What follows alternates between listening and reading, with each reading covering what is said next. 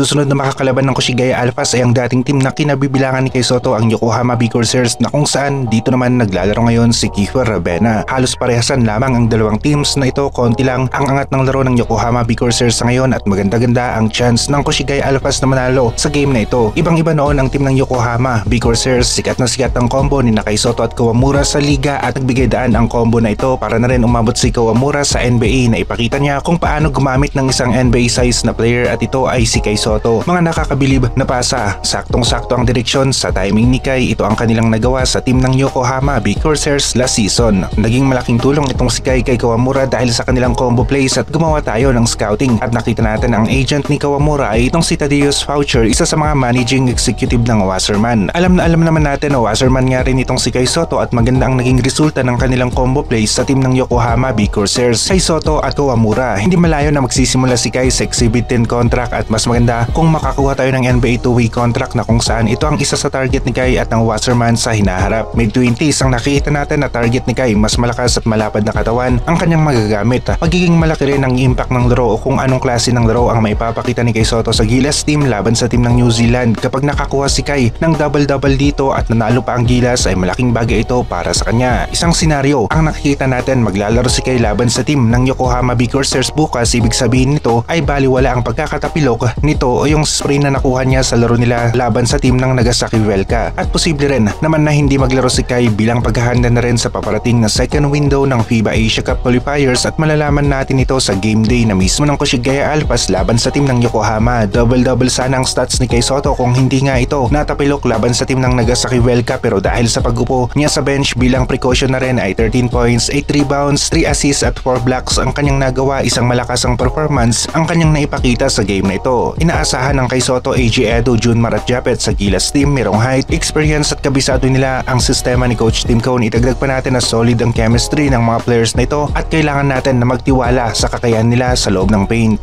Maging itong si RJ Abarientos ay nakahanda nga rin na maglaro para sa Gilas team kapag mayroong oportunidad at alam naman natin ang kalidad ng kanyang laro, isang point guard, shooting guard, kung sa paghanap ng mga open na kakampi at pagbigay ng magagandang pasa ay hindi nalalayo ang kakayahan ni RJ Abarientos dito kay Yuki Kawamura na naging katim nga rin ni Kai Sotto sa Yokohama B Corsairs noon. Coach Jimmy Alapag naman, steady at patuloy ang kanyang pagiging player development coach sa NBA team ng Sacramento Kings at hindi nga rin niya pinalagpas ang pagkakataon na batiin ang isa sa kilalang kilala ng mga Pinoy basketball fans sa NBA noon na si Vince Carter dahil sa mga magaganda at explosive niyang opensa sa loob ng basketball court na talagang nagpapawaw sa mga basketball fans, nagbibigay buhay sa laro. Malakas na player si Vince Carter sa kanyang prime, scorer ng kanilang team, slam dunk champion, 8-time NBA All-Star at naging maganda talaga ang kanyang karera sa NBA, tumagal ng mahigit sa 2 dekada at ngayon nga ay niretire ang kanyang jersey.